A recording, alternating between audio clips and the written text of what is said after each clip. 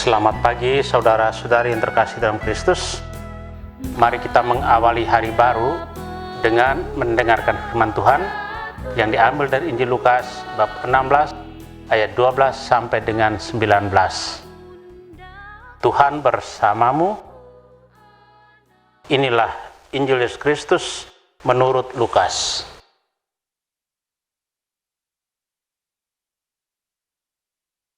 Sekali peristiwa, Yesus mendaki bukit untuk berdoa.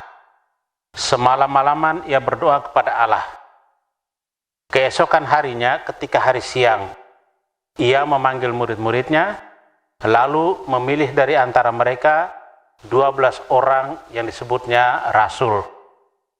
Mereka itu ialah Simon yang juga diberinya nama Petrus, Andreas saudara Simon, Yohanes dan Yakobus, Filipus dan Bartolomeus, Matius dan Thomas, Yakobus anak Alfeus, dan Simon yang disebut orang Selot, Yudas anak Yakobus, dan Yudas Iskariot yang kemudian menjadi pengkhianat.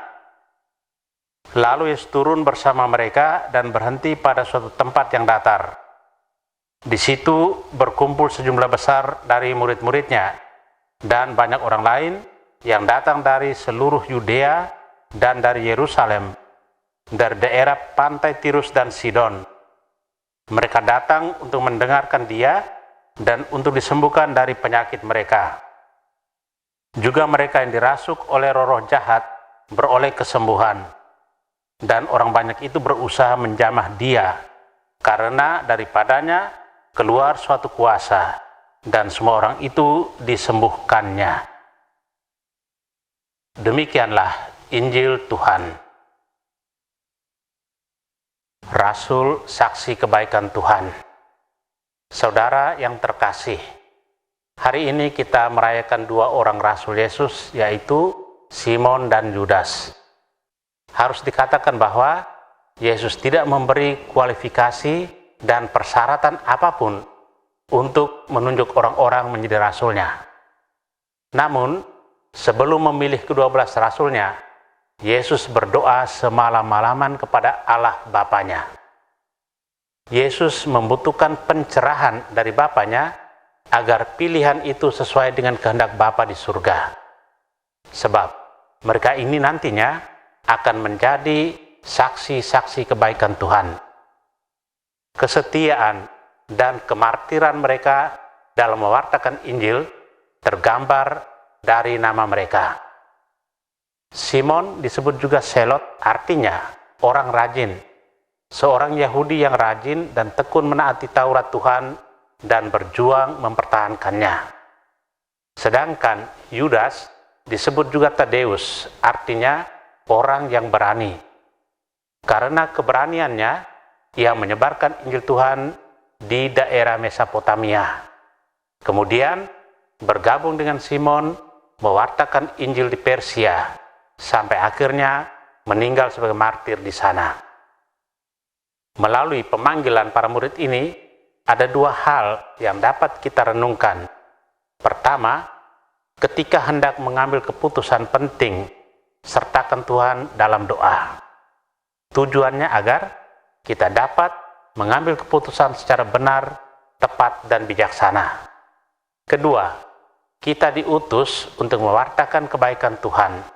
Karena itu, kita harus mengalami Tuhan dan karyanya di dalam hidup kita.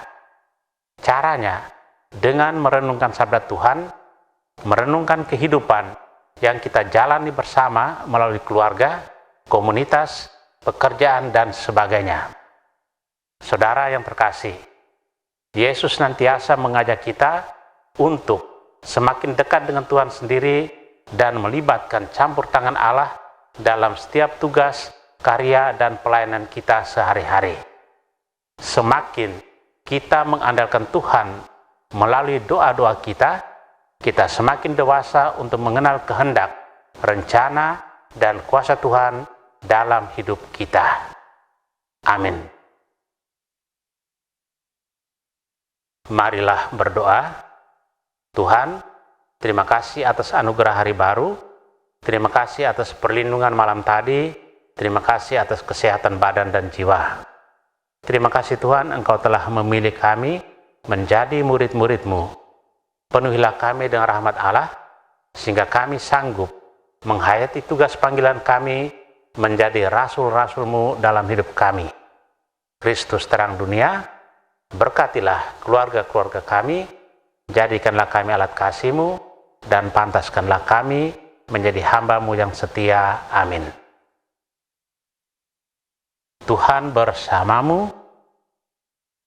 Semoga keluarga kita, orang-orang yang kita kasih dan doakan, seluruh aktivitas kita hari ini dilindungi, dibimbing, dan diberkati oleh Allah yang Maha Kuasa, Bapa dan Putra dan Roh Kudus.